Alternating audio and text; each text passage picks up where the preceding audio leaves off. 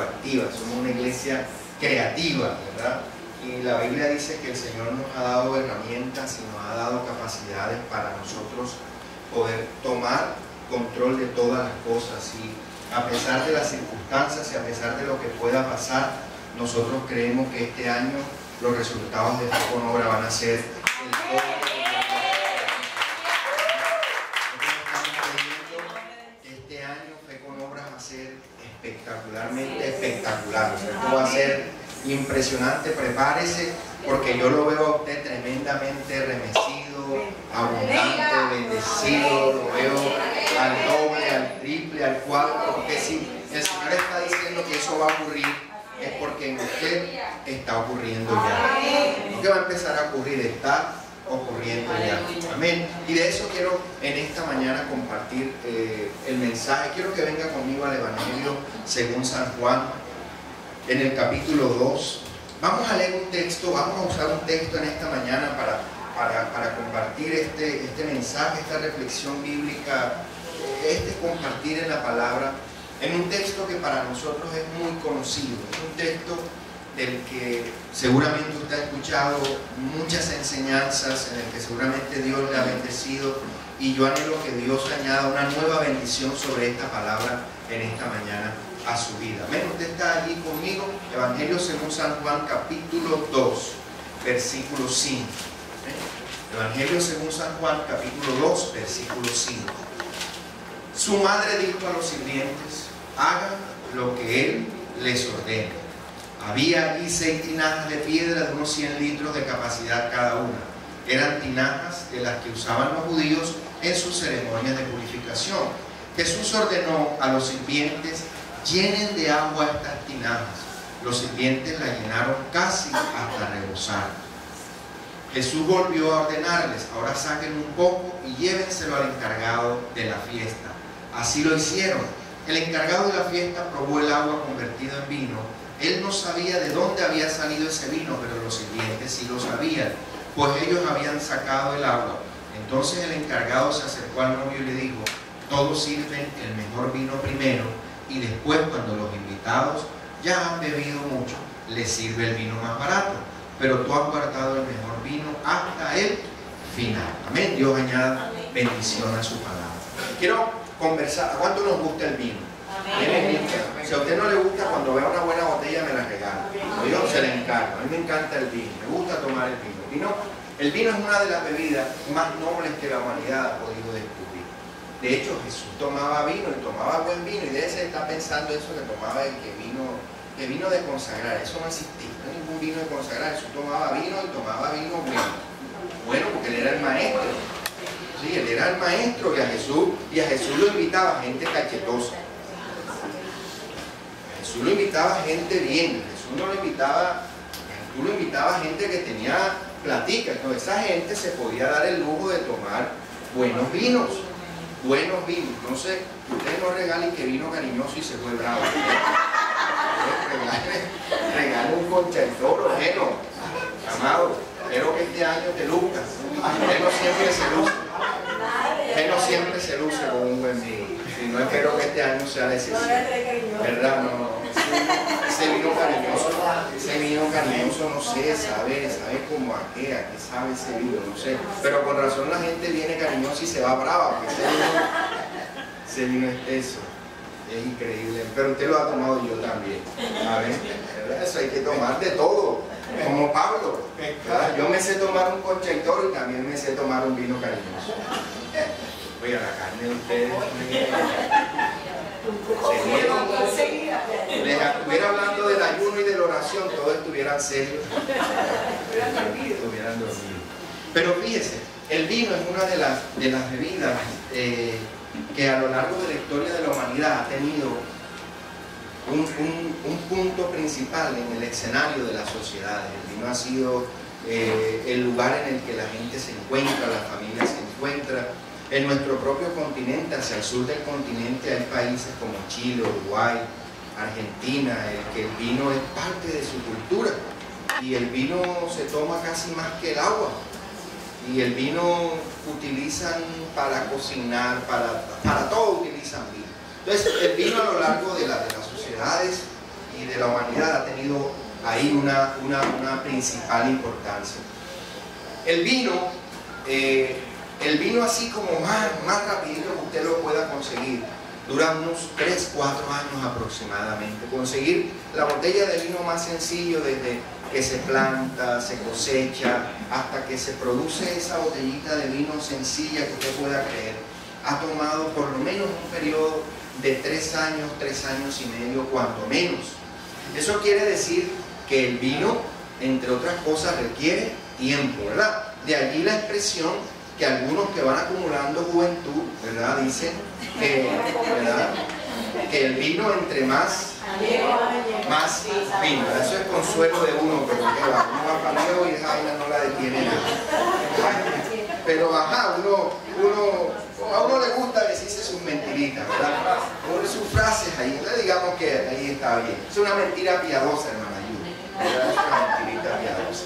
Entonces, fíjense, el vino pasa por un proceso de creación, y hay a propósito de estar siempre como inquieto con cada oportunidad de llevar un mensaje, hay un proceso y una parte en el procesamiento del vino al que le llaman justamente una etapa, y es la etapa del lloro.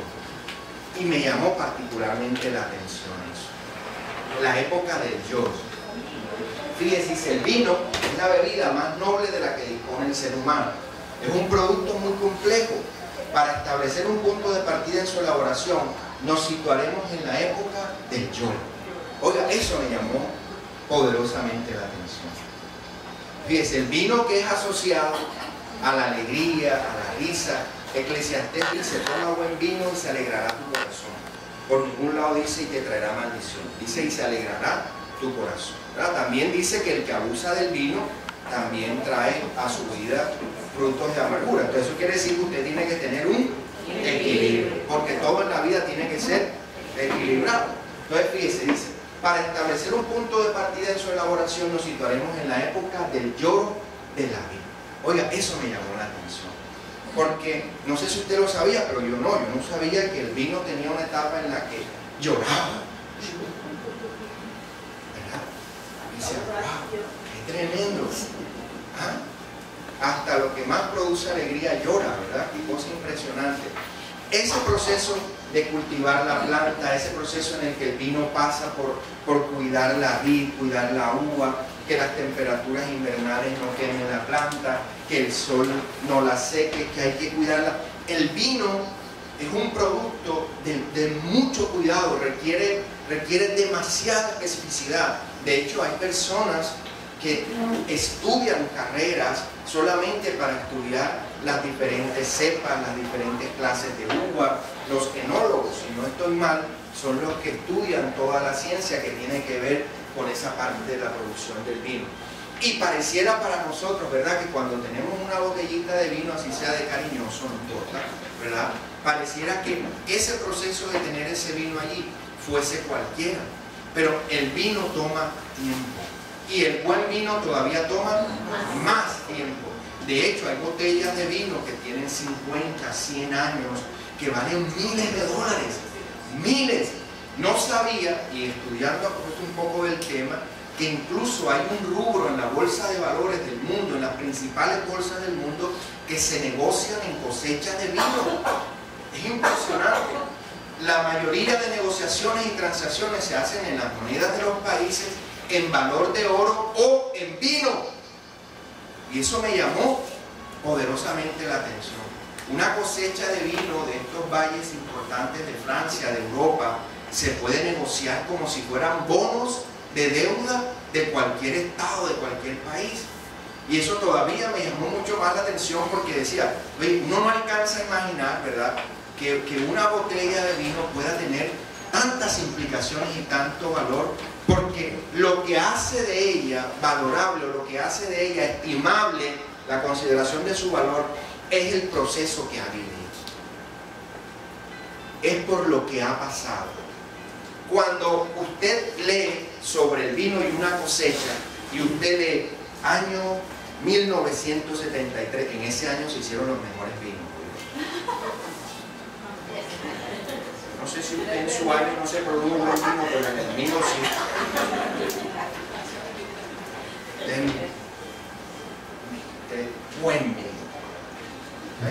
mira la célula y sale de cosas salimos, de buen vino, ¿verdad?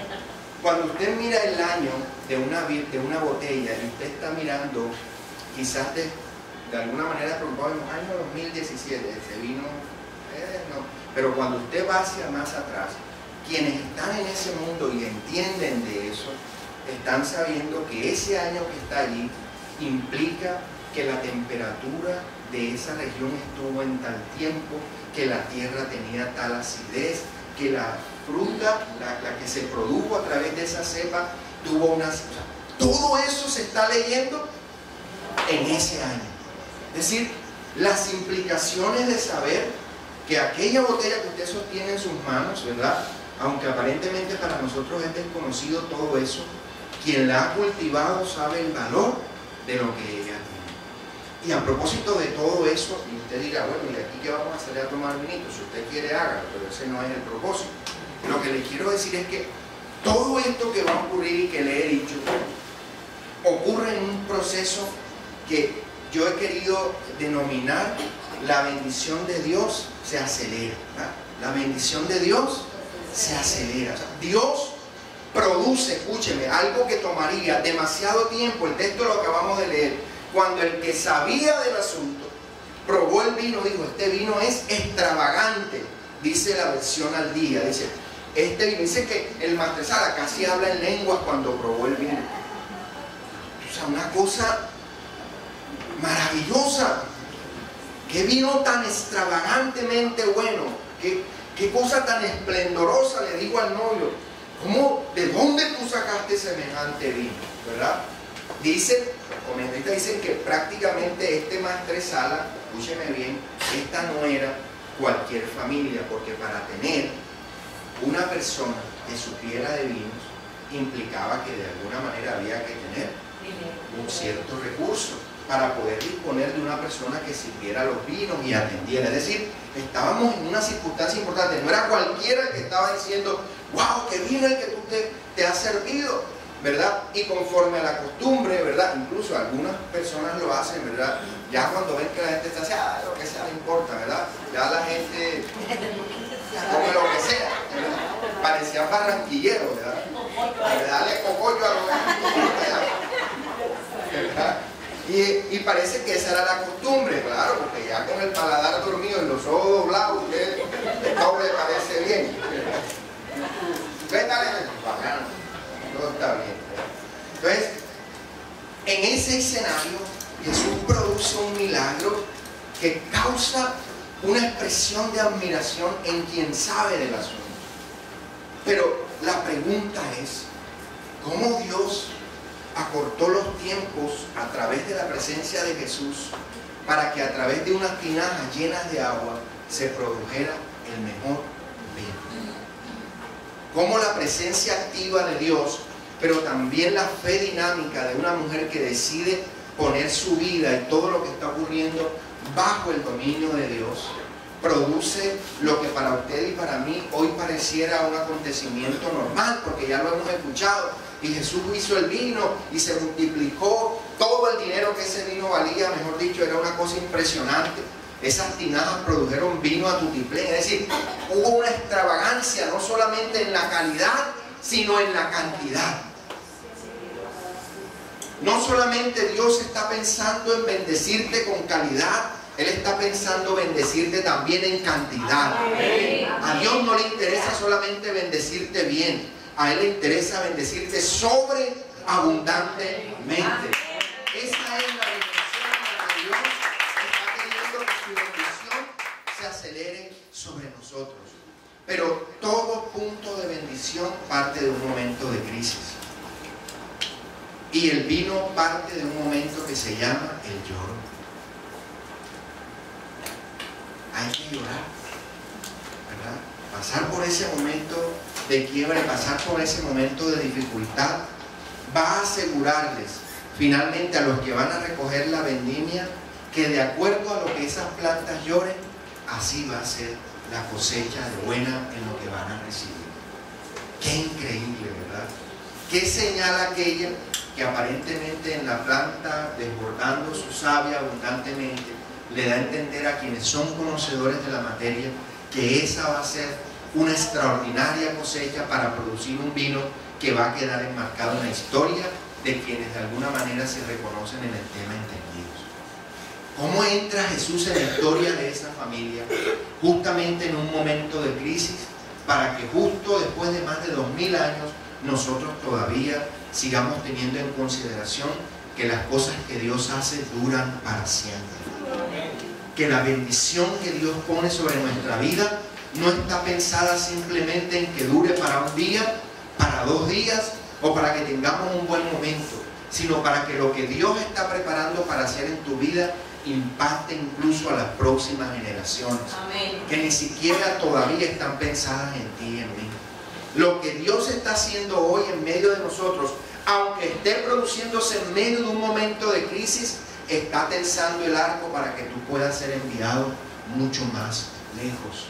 Cuando el arco se tensa hacia atrás, lo que está preparando es una fuerza necesaria de impulso para que tú puedas salir disparado hacia adelante. Y quizás este momento que pareciera un momento de retroceso, un momento de prueba, un momento en el que todo, antes de pensar que se impulsa hacia adelante, pareciera que va hacia atrás, es Dios tomándose el mayor impulso para ponerte en un lugar de bendición mucho más adelante. Y eso lo va a decir el salmista. El salmista va a decir: tú eres quien tensa el arco y como una saeta en manos de valiente me pones en el campo de la victoria. Es Dios quien en medio de todo, vuelvo y te digo, de lo que podamos pensar, un momento desastroso, nadie quiere vivir en medio de su matrimonio, escuchar: se dañó la carne. ¡Ay! Nadie quiere oír eso. No, la comida se dañó. Que le dice eso a unos novios y se armó una crisis, ¿verdad? No, imagínate, la comida se dañó. Dios mío, si en lo que usted más se ocupa en una fiesta es que la comida quede al pelo, así, todo el mundo va a hablar mal de la comida. Pero usted se esfuerza porque sea la mejor, ¿verdad? Esa es la verdad. A alguien no le va lindo, le faltó así, ese espíritu del conformismo que en la opción no hay. En la opción no hay. Pero usted le puede servir 3 carnes, 3 arroz y usted siempre dice: oye, pero faltó algo.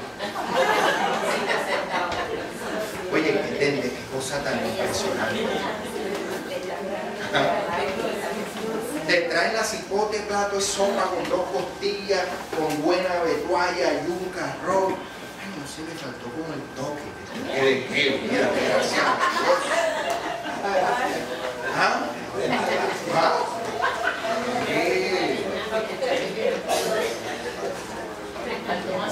Ah, le faltó cilantrico.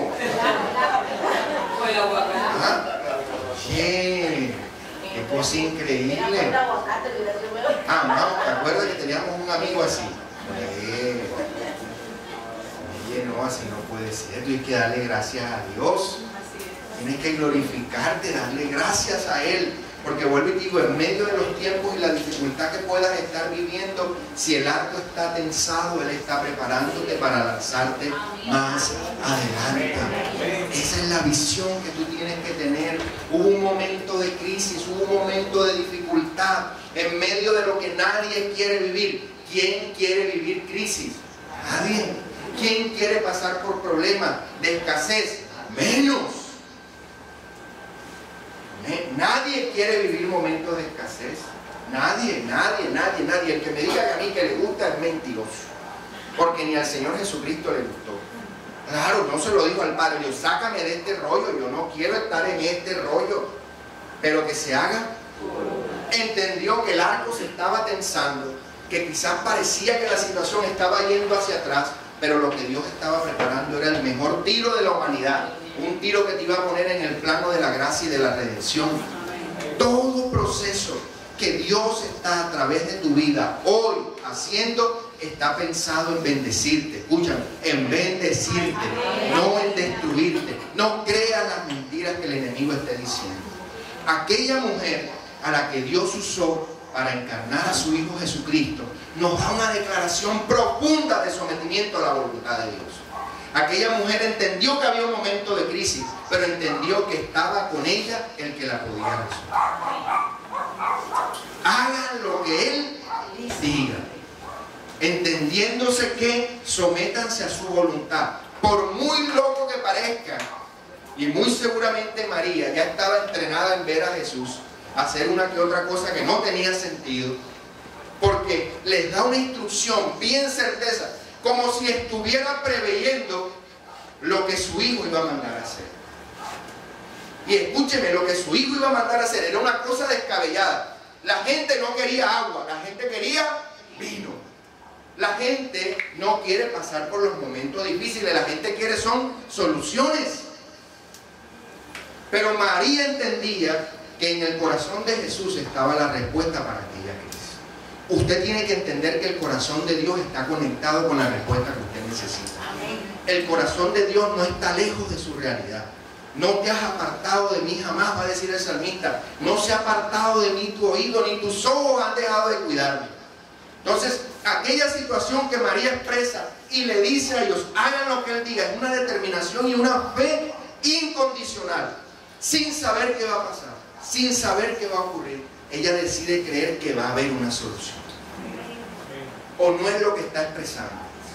Cuando ella declara con determinación, hagan lo que Él diga, no está pensando en que Jesús no va a resolver el problema. Ella está segura que lo va a resolver. ¿Cómo? Es asunto de Dios. Pero usted encárguese de obedecer. ¿Cómo Dios va a resolver los problemas por los que tú puedas estar pasando? Yo no lo sé porque no sé ni de los míos. Pero yo tengo la certeza que como María, la respuesta está en hacer lo que Él manda hacer. Esto va a provocar una aceleración de los tiempos. Fíjate que en Lucas hay otra historia de una mujer que también había intentado, en Marcos 5, está la historia de la mujer del flujo de sangre. Ustedes la conocen también. Esta historia tiene un elemento particular. Esta mujer llevaba ¿cuántos años? ¿Usted la conoce? 12 años. Lo había intentado todo. Y una mujer que había tenido un flujo de sangre por 12 años y que había gustado y había gastado en médicos todo cuanto tenía y no podía ser curada por nadie. Escúcheme, 12 años lidiando con una situación. Eso era más crítico que un vino de un momento. Porque usted me podrá decir, bueno, usted se aguanta un lío de un día, 2 días, pero 12 años. Algunos de nosotros llevamos un mes y ya le queremos dar la patadita de la buena suerte al Señor. ¿Verdad? El arco 12 años pensándose para atrás. Porque frente a lo que ella quería echar para adelante, las circunstancias iban ¿para dónde? Para atrás. Los gloriosos misterios de Dios, que en medio de las situaciones más caóticas, Él hace los milagros más extraordinarios. Más inimaginables. Por eso en medio de la condición que tú puedas estar viviendo, aunque pienses que espiritualmente llevas 1 año, 2 años luchando, aunque creas que tu condición, como aquella mujer, que no creo que nadie pueda aguantar 12 años botando sangre. Es una enfermedad impresionante. 12 años botando. 12 años, no fue 1, no fue 2, 12 años en un flujo permanente. Con todas las implicaciones que usted sabe que eso tenía y que no me voy a detener en eso. Intentándolo todo, luchando contra todo. No sé si eso se parece a algo en lo que usted pueda estar hoy parecido, cercano, no sé, viviendo. Luchando contra una situación en su vida que no le ha tomado 1 año, 2 años, sino que ya lleva mucho tiempo. En el que usted está intentando espiritualmente salir de una condición. En el que usted está intentando que algo en su vida cambie. Y lo ha intentado todo. Y me encanta cuando dice que había gastado todo en médico. Es decir, humanamente ella había intentado en su fuerza, en sus capacidades, en su voluntad. Y no sé si eso le suena cercano a usted. Cuando en nuestra voluntad, cuando en nuestro deseo, cuando en nuestro ánimo le queremos pedir y arrancar a la vida poder cambiar una situación y no la podemos cambiar. Y a mí eso me habla de las luchas del carácter en el corazón del ser humano. Para mí esas son las luchas más fuertes que un ser humano puede vivir. Cuando intenta cambiar aquellas áreas de su carácter que no solamente infligen dolor a él, sino que causan dolor a otros.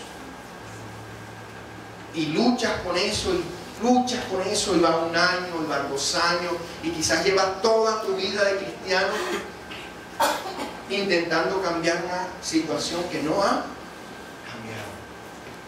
Y lo has intentado todo, has orado, has ayunado, has pedido oración, todo lo necesario. Pero la pregunta es, ¿qué falta para que se pueda dar esa aceleración de la bendición de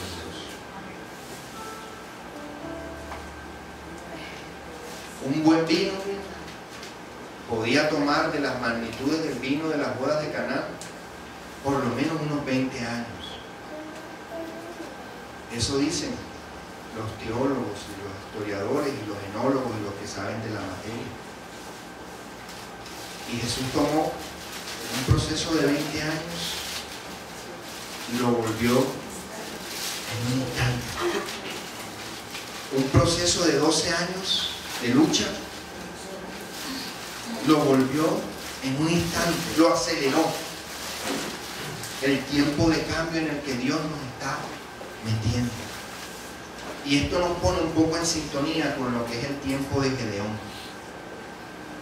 Dice la historia de Gedeón ahí en Jueces, en el capítulo 6, que el pueblo de Israel llevaba mucho tiempo viviendo una opresión de los madianitas. Se robaban todo, les quitaban todo, estaban viviendo un tiempo de miseria, de hambre, de muerte, de temor, un tiempo tan terrible que la escritura dice que Gedeón, usted conoce la historia, estaba escondidito en un lagar, limpiando las últimas ramitas de trigo que tenía. Estaba escondido porque sabía que si lo veían los madianitas tenían especie. Por ahí hay uno que tiene un poquito de algo y le caían encima. Pero la presencia de Dios aparece para decirle a Gedeón, yo voy a cambiar esta situación. Escúchame, y a veces estamos tan acostumbrados a la situación que Dios nos habla que la va a cambiar y nos resistimos a creerlo. Es impresionante. Y he hablado con gente a la que le digo, no te preocupes, hay que mantener la fe. Pero yo ya no sé si eso va a ser verdad o cuándo va a ser. Porque pareciera que el momento de prueba generara en ti una muralla de incredulidad. Y pareciera que el tiempo que está pasando, en vez de madurar tu fe y hacerla más buena, pareciera que estuviera haciendo todo lo contrario. Y que tu fe con el tiempo, como el buen vino, se volviera más fino. Entonces no ocurre así, sino que pareciera que tu fe, a medida que va pasando el tiempo, se va deteriorando. Y aquella mujer tenía 12 años, pero escúchame, aquella mujer hizo un cambio en toda su generación, hizo un cambio en su propia vida, cuando a sí misma se declaró las mismas palabras de María: hagan todo lo que Él diga. Las palabras de esta mujer, bueno, si yo toco a ese hombre, lo que Él diga va a cambiar mi situación. ¿Tenía o no tenía la seguridad? Cogió todos los riesgos. Usted conoce la historia, la podían matar, la podían apedrear. Esa mujer estaba comprándose todo el balote para que le fuera mal. A lo que le gustan los números, no sé, en medio de 1 millón de posibilidades, ella tenía la mínima fracción de que algo resultara bien. Pero cuando tú pones tu mirada y tu confianza en Dios, frente a todas las posibilidades que no sea posible, Él dice, es posible. Frente a todo lo que en tu intelecto, en tu capacidad puede decir, esto no lo puede cambiar nadie. O tu fe quizás desgastada, quizás casi que derribada, o tu fe casi que menguada, o tu fe casi que extinta, te puede estar diciendo que las cosas de Dios no son ciertas, que nada va a cambiar, que tu fe, que esto, porque son las crisis que el enemigo va a traer. Por eso María hace una declaración que para lo que tú y yo estamos viviendo es la respuesta. Hagan todo lo que Él diga. Y esta mujer de los 12 años lo afirma. Si yo lo toco a Él, esta situación va a cambiar. Y dice el texto, sigue diciendo, ¿verdad? Esta es la de Jueces. Dice, y vino el ángel de una mujer, deja esa, pastor, casa. Y una mujer que había tenido un flujo de sangre por 12 años y que había gastado en médicos todo cuanto tenía y no podía ser curada de nadie, se acercó a Jesús por detrás y tocó el borde del manto, y al instante cesó el flujo de su sangre. Y fíjate, el evangelista después explica qué es lo que mueve a aquella mujer a ese acto de fe. Dice, siguiente pastor, por favor. Y Jesús dijo, ¿quién es el que me ha tocado? Mientras todos lo negaban, Pedro dijo, y los que estaban con el maestro, las multitudes te aprietan, te oprimen. Pero Jesús dijo, alguien me tocó porque me di cuenta que de mí había salido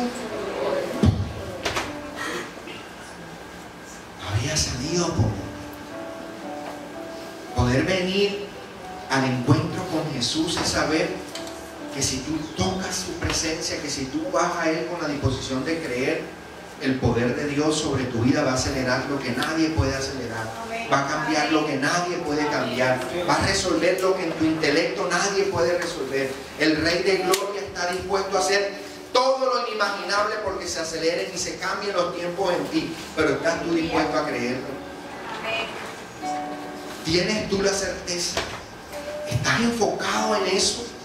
Aquella mujer se enfocó, a propósito de este texto, de esta palabra que está aquí. Aquella mujer quizás se había enfocado en muchas cosas y le habían fallado. Y me encanta eso, ¿sabes qué? Porque a ella no le había fallado cualquiera, le habían fallado los médicos. Se supone los que sabían. Y tú tienes que estar preparado para que yo te falle, para que el pastor te falle, para que todos te fallen. Tú tienes que estar seguro, tú tienes que estar seguro y convencida que nosotros no somos la respuesta para ti. Tú tienes que estar convencido que tú no me puedes mirar a mí, que tú no puedes mirar a nadie, a ninguno ni a nadie tú puedes mirar distinto que a Cristo. Amén. Porque si tú lo intentas todo desde mí, tú estás perdido y de paso te estás llevando a este servidor que está aquí. Tú no puedes hacerlo desde la perspectiva de que yo sea el que cumpla todas tus expectativas y vienen. Yo no lo voy a hacer. Pero aquella mujer entendió, a propósito de esos 12 años, que ella tenía que rendir su vida por completo a Jesús. Hagan todo lo que Él diga. Respondan a sus exigencias, respondan a sus demandas, aunque parezca que no tienen sentido, aunque parezca que no tiene razón.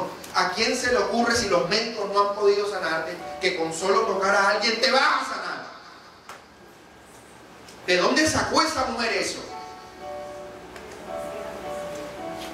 ¿Qué puso en el corazón de esa mujer que sin siquiera que él orara por ella, que sin siquiera que él la tocara, sino que ella pudiera ir? Es un cambio de paradigma.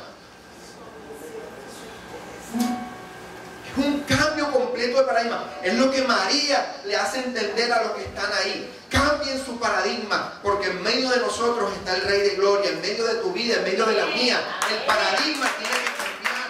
Lo que crees, cómo lo piensas, cómo lo sueñas. Ya no sueñes desde tu fuerza, ya no sueñes desde tu capacidad. Sueña desde Dios, cree desde Dios, actúa desde Dios, muévete desde Dios. Por eso la Escritura dice que para el que cree todo es posible. Y seguramente estas dos mujeres sabían que era posible, sin saber cómo, pero lo sabían. Quizás tú y yo no lo sabemos, ni siquiera lo alcanzamos a saber. Pero para el que cree en Él, todo le es posible. Y aquella mujer pensó, digo, no sé, voy a tocarlo, pero yo estoy seguro, me voy a enfocar. Y en medio de una multitud de gente, a propósito de la visita que tenemos de Francisco, ¿verdad? La gente, a pesar de que haya 10.000 policías, no se enfoca en la policía, se enfoca en Francisco. Y a pesar de que haya miles más en derredor, a la gente no le importa. La gente se enfoca en ir a Él. Usted tiene la capacidad para quitar su mirada de las circunstancias y ponerla en Dios. Usted tiene la capacidad, usted está hecho para que su confianza pueda estar puesta en Dios. Porque si estas dos mujeres lo pudieron hacer, usted lo puede hacer. Si estas dos mujeres fueron capaces de entender que Dios podía acelerar los tiempos, porque ambas situaciones tenían implícito el tiempo. El vino necesitaba tiempo y esta ya había invertido tiempo. Es decir, que cuando el tiempo no está, cuando no hay condiciones, el único que puede hacerlo es Dios. entonces no tienes nada que perder. Corre los riesgos y créele. María no tenía nada que perder. Hagan lo que él dijo. Esta no tenía nada que perder. Se metió por el medio de la multitud, la machacaron, la pisaron, le podían decir lo que sea. No, yo lo voy a tocar. A él yo lo tengo que tocar. Yo tengo que ir a él, yo tengo que poner mi mirada en él. Ay, qué fue que me hicieron.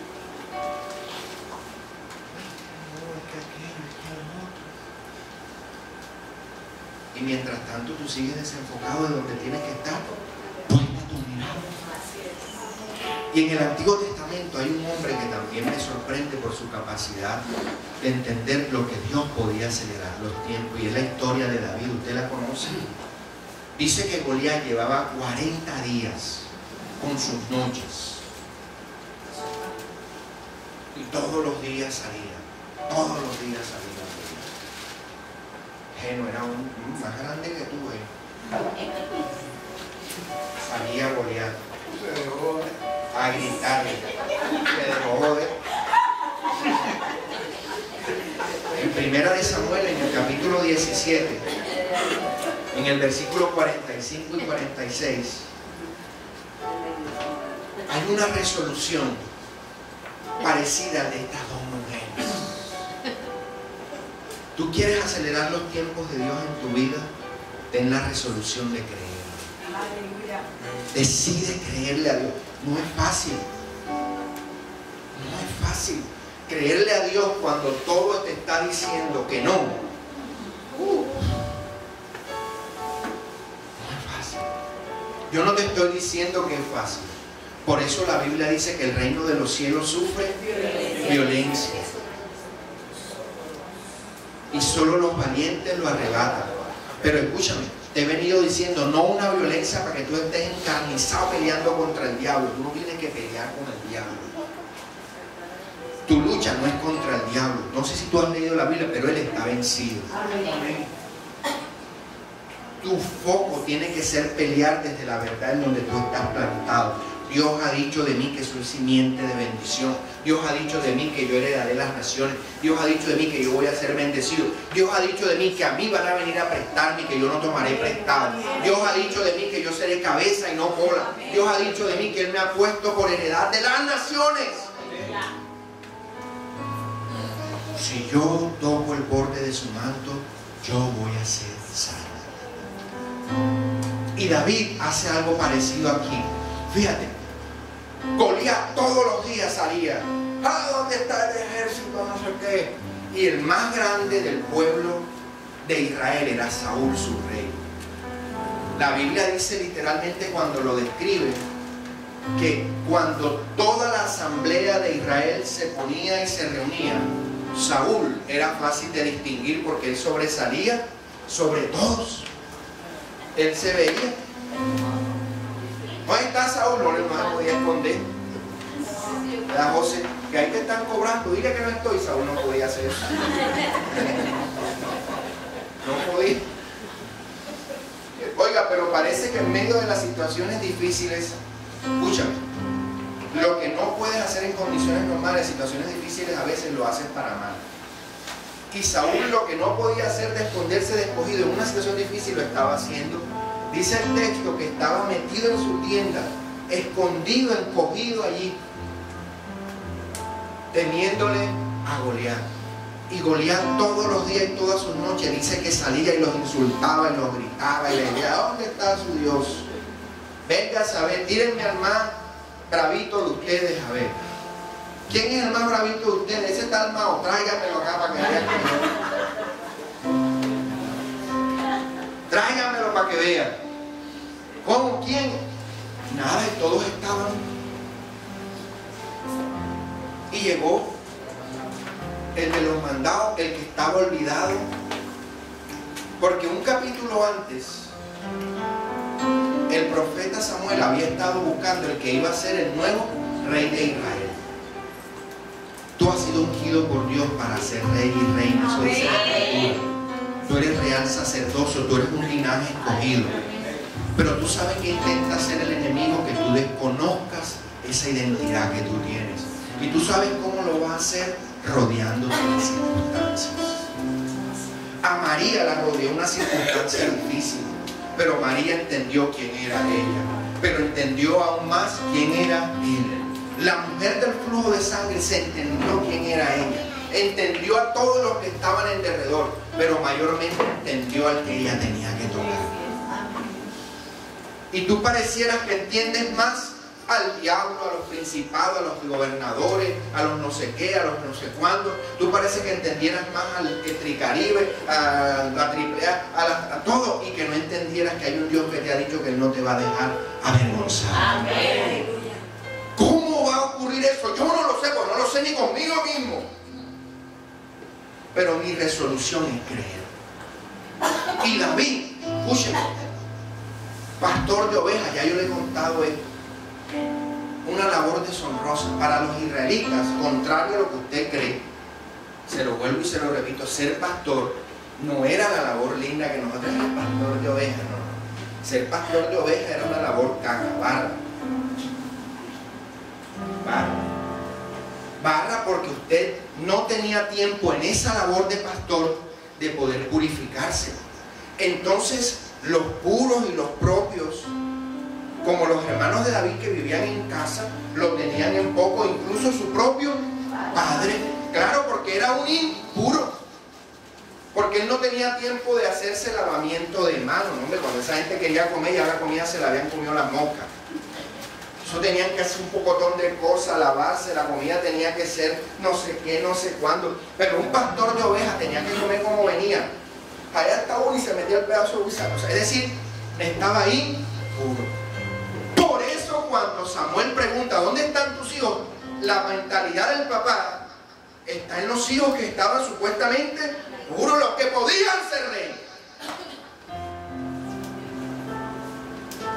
Por eso el Señor dice, no mires a la apariencia, porque yo miro, tuyo hemos sido escogidos como linaje real de Dios. No mires lo que el mundo mira, mira lo que Dios mira de ti. Amén. Tú no me mires a mí, porque si tú me miras, pues yo sé también que Dios me hizo lindo, pero no me mires, o sea, no me mires desde mi interior. Si su fe no le alcanza para crecer lindo, eso es problema suyo. A mí la fe me alcanza para eso y para más. Y cuando el espejo me dice algo distinto, ahí sí le digo, te reprendo, Satanás.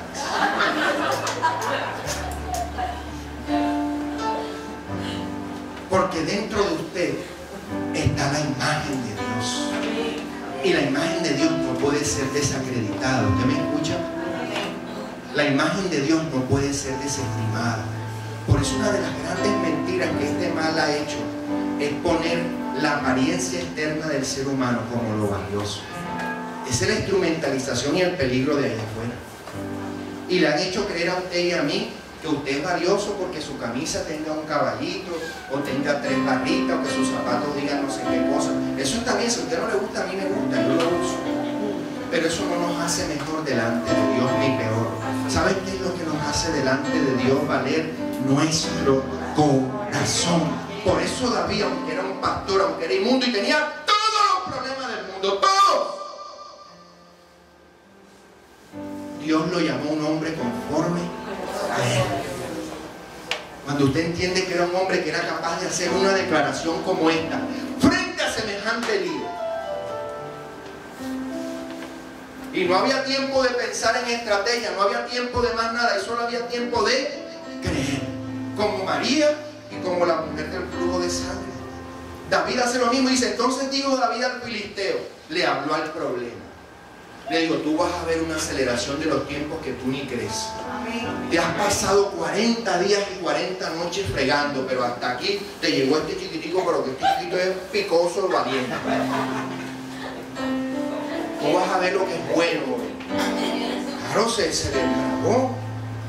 Le digo, no me mires por mi tamaño, mírame por lo que mi boca está hablando. Y se paró y le digo, tú vienes a mí, escúchame. Le habló de las armas del enemigo. Usted le puede decir, tú vienes contra mí, Tricaribe, AAA, y usted se los baila.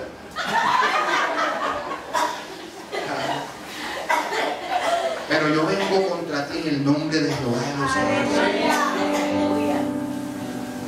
Es lo mismo.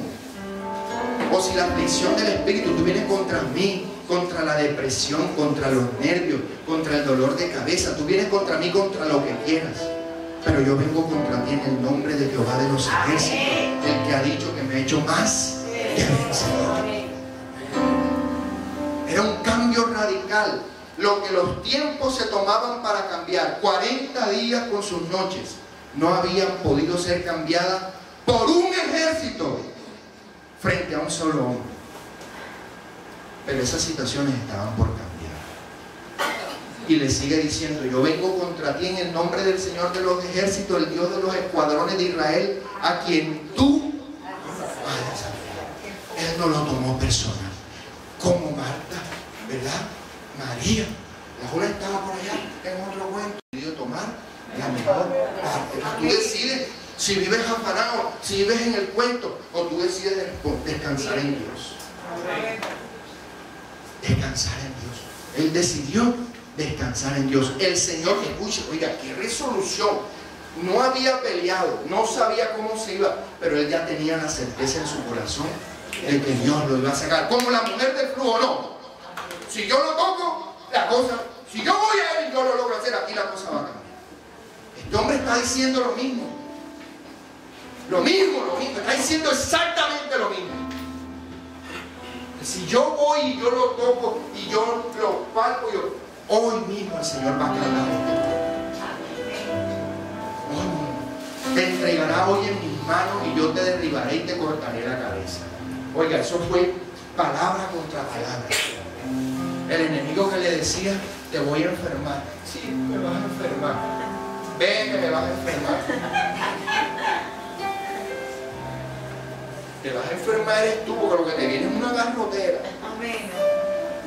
No dejo. No, que te voy a sacar. El que te sacaron fue a ti. La palabra. La mujer del flujo de sangre, ¿qué declaró? La palabra. ¿Qué hizo la mamá María? ¿Qué hizo? Lo que él diga. Te lo dije en los días de ayuno. Lo mejor de la semilla está dentro. Cuando la crisis viene, ¿qué es lo que sale de dentro de ti? A estos hombres y a estas mujeres les vino una cipote crisis.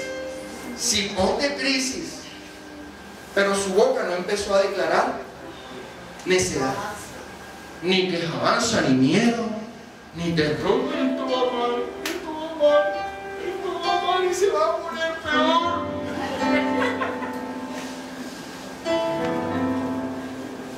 ¿Estás oyendo lo que estás declarando? Hay un mal allá afuera que toma tus palabras y dice: estás oyendo, está diciendo que le va a ir peor, entonces tiene que irle peor. Y el Señor dice: sí, él lo declaró. El poder de la palabra. Y David le dijo: no, este cuento se te acabó hoy mismo. Hoy duermes pero sin cabeza. Yo no, amado.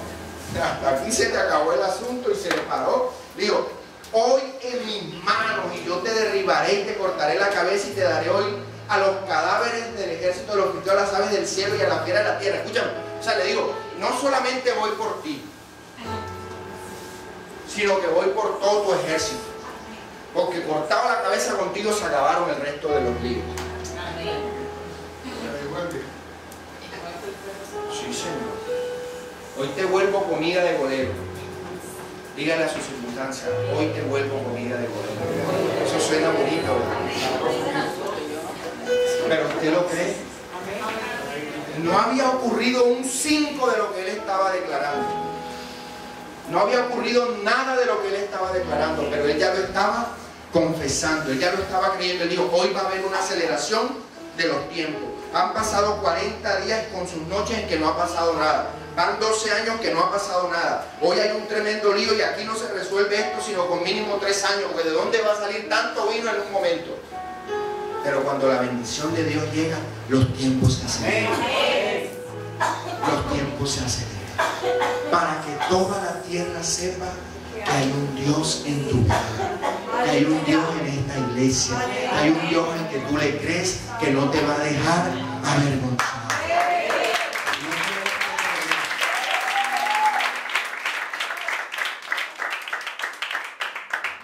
El tiempo ha pasado, la bola va rodando y yo tengo que terminar. Y yo quiero terminarle dando un pasaje que está en la Escritura. Y yo quiero animarla a que usted tome esta promesa. Amós, en el capítulo 9, en el versículo 12. Yo quiero que usted se ponga sobre sus pies en esta mañana. Quiero pedirle ese favor. Amós, capítulo 9.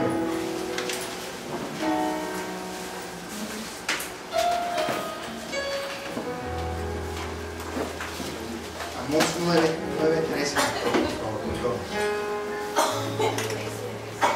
yo lo he traído en varias versiones porque quiero leerlo. Yo quiero que tú te prepares para que tu espíritu, tu hombre y tu mujer espiritual pueda tomar esta palabra y la pueda creer.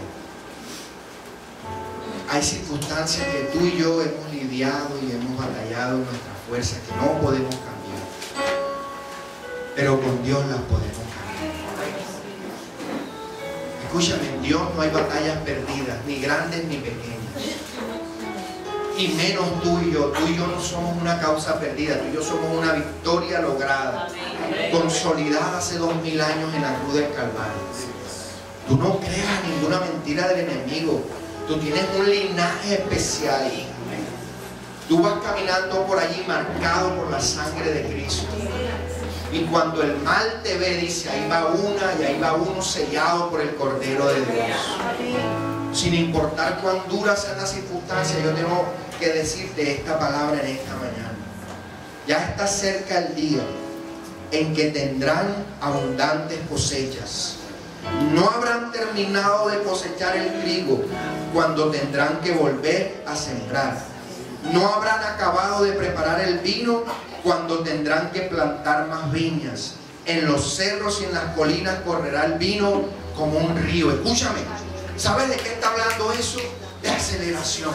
Aceleración, aceleración. No vas a terminar de coger una cosecha cuando ya vas a estar sembrando para otra. No vas a haber terminado la primera vendimia cuando ya vas a tener que estar haciendo otra. Es un Dios que está diciendo que lo que se toma tiempo en Él es lo que tú terminas creyendo. Es el tiempo que Él va a tomarse. El tiempo que tú determines para creer sin vacilar, sin dudar. Escúchame, el Señor está diciendo que no vas a terminar, no habrás acabado de haber sembrado cuando ya vas a tener que cosechar. Es un Dios que está diciendo que lo que se toma 12 años en Él tarda un segundo, que lo que tarda 30 años en lo humano, en Él tarda un momento, que lo que nadie puede vencer, si tú lo crees con Él, lo vas a vencer. Es una promesa de Dios. Todo lo que Dios está diciendo que va a ocurrir es lo que tú creas y proclames que va a ocurrir. Dios es bueno y Dios es maravilloso. He aquí vienen días, dice Jehová, en que el que ara alcanzará al secador, y el pisador de las uvas al que lleva la simiente, y los montes destilarán mosto, y todos los collados correrán ríos.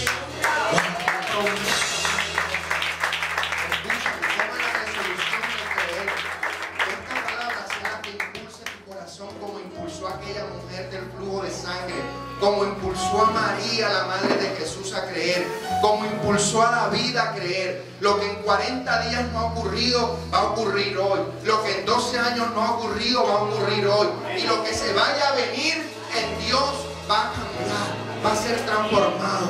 Tú tienes que creerlo, porque tienes un Dios grande y poderoso que no ha retirado su mano sobre ti. Yo te doy gracias, Señor, por esta mañana. Te pido que nos bendigas con tu Santo Espíritu, Señor. Que tu mano de poder selle esta palabra en nuestro corazón, Señor.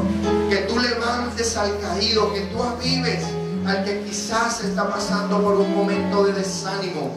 Que tú quites toda mentira, Señor, que el enemigo, que el mal esté intentando plantar en nuestro corazón, y que esta semilla de vida eterna quede plantado en mi corazón y en mi mente, y yo pueda creer, Señor, que vienen tiempos para mi bendición de aceleración. Se acortan los tiempos, lo que se iba a tardar llegará pronto, Señor, porque tu palabra lo ha declarado para esta iglesia, para nuestra familia, para nuestros negocios, nuestros empleos, nuestra salud, nuestra vida integral en ti. Va a vivir un tiempo de aceleración, Señor. Las bendiciones se van a amontonar tras otra, tras otra, tras otra. Pero en la misma medida, Señor, te pido que nos ayudes a ser fieles. Así como David confesó: el Dios que me ha ayudado contra el león, contra los osos, me va a ayudar contra ti. En este momento tú puedas también traer a tu corazón volver la fidelidad, los compromisos con Dios, que puedas reconocerle a Él fiel en tus caminos, que puedas reconciliarte con Él, que puedas rendirle tu corazón a Él, y que puedas, como aquella mujer del flujo de sangre, tocar a Jesús hoy, para que Él pueda detenerse frente a ti y tú puedas retomar con Él tu comunión. Yo te doy gracias, Jesús. Gracias, Señor. Amén. Dios le bendiga.